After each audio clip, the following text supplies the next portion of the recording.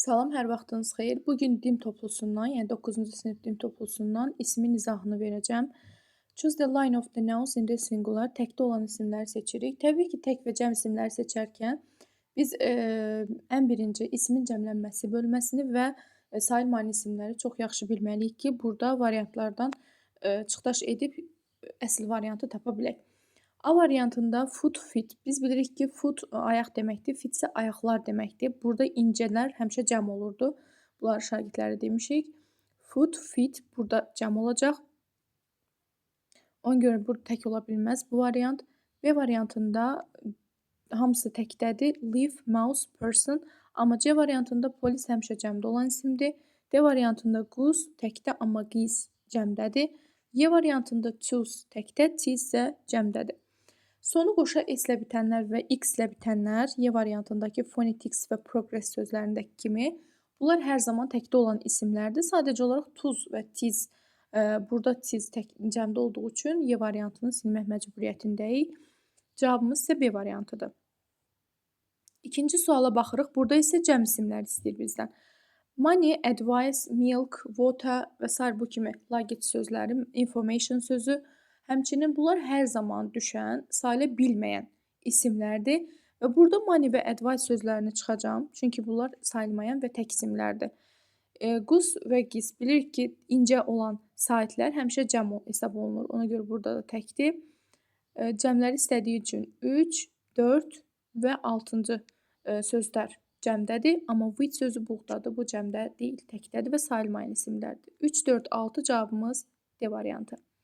Üçüncü suala baxırıq ki, burada cəm olan isimləri istəyir. Goose, geese bunu götürə bilərik, çünki incə cəm. Paper, kağız sözü də var, qəzet sözü də var. Əgər S şəkilçisi olsaydı, qəzetlər olardı, cəmdə olardı və bu da cəm olardı. Amma burada paper kağız mənasında olduğu üçün və yaxud da ki, heç S şəkilçisi olmadığı üçün bu məntiqlə baxaq, ona görə təkdədir. 3-ü götürə bilərik, çünki trousers sözündə S var və iki eyni hissədən ibarət olan isimdir. Bu da ki, hər zaman cəm hesab olunur. Lizard kərtənkələdir, bu təkdədir. Clothes isə paltar deməkdir. Bu da hər zaman cəmdə olan isimlər sırasındadır. 1, 3 və 5, 6 isə salt duz deməkdir. Bunu da götürə bilmərik. 1, 3, 5 cavabımız A variantıdır. Dördüncü suala baxırıq ki, burada mürəkkəb isimlər istəyir bizdən. Mürəkkəb isimləri seçərkən safikslərə çox yaxşı hakim olmaq lazımdır ki, bunları çıxdaş eləyib variantımızı əldə edə bilək.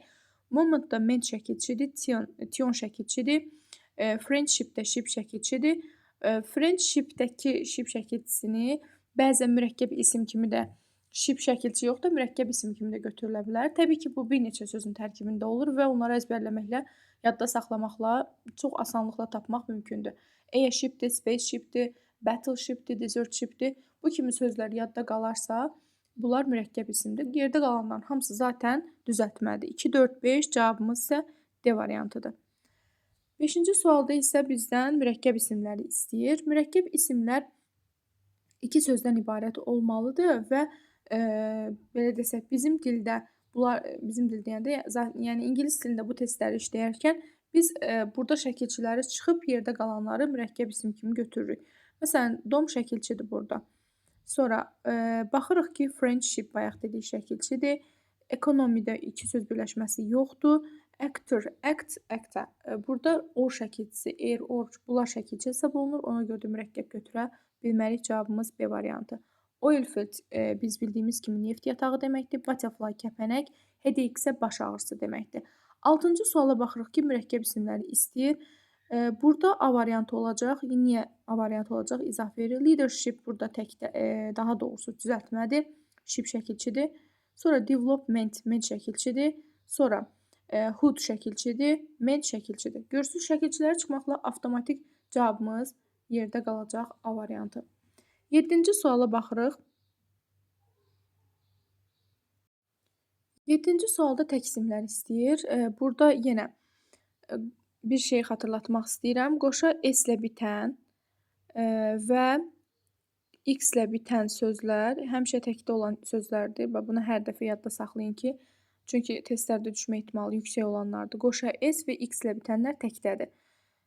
Sırf onlara mı baxacağıq? Xeyr, təbii ki, amma onlar da bizim ipucularımız hesab olunacaq.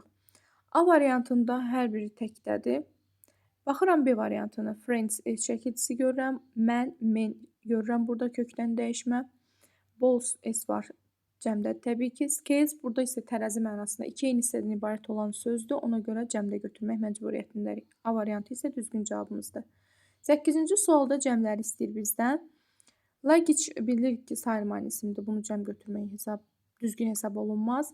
Heyət, tük və saç mənası var, amma burada bizə cəm isim olduğu üçün, S çəkicisi olmadığı üçün götürə bilmərik. Progress-də qoşa S görürəm və bu da təkdir. Sonra advice sözü sayıla bilməyən isimdir. Bunu da cəm kimi götürə bilmərəm.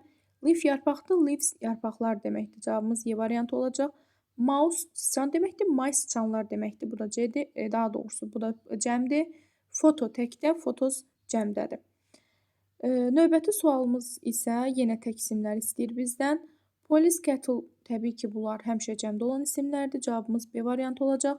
Watch, face, month. Bunlar kökdədir gördüyünüz kimi təklik var deyə tək isim kimi götürəcəyik. Düzgün cavabımız B variantı. Amma növbəti variantlara da baxmalıyıq. Fruit, heyə, mice burada cəmdədir. Mice cəmdədir bilirsiniz ki. Carrots cəmdədir. Goods cəmdədir. Zaten bunları çıxdaş etsək cavabımız B variantı qalırdı. Yaxşı, 10-cu suala baxırıq. Sonuncu sualımız. Plural cəmdə olan isimlər istəyir. School sözü təkdədir, life sözü təkdədir. Onu götürə bilmərik. Parrot tutuquşu deməkdir. Bu da təkdədir. Box təkdədir. Amma sentences-lə words cəmdədir. Amma D variantı düzgün cavabımız hesab olunur. Çünki ox, oxen. Ox təkdə, oxen cəmdə. Text mətin deməkdir. Text S şəkildə artıranda mətinlər olacaq. Shirt, shirts. Burada olur cavabımız D variantı. Bütün cəmdə olan isimləri seçdik. Burada 10 sual izah etməyə çalışdım. Ümid edirəm ki, bütün suallar sizin üçün aydın oldu. Digər sualları da bu izahlara baxaraqdan anlayış yaradaraq da özünüzdə, beyninizdə bu şəkildə hamısını həll edə bilərsiniz.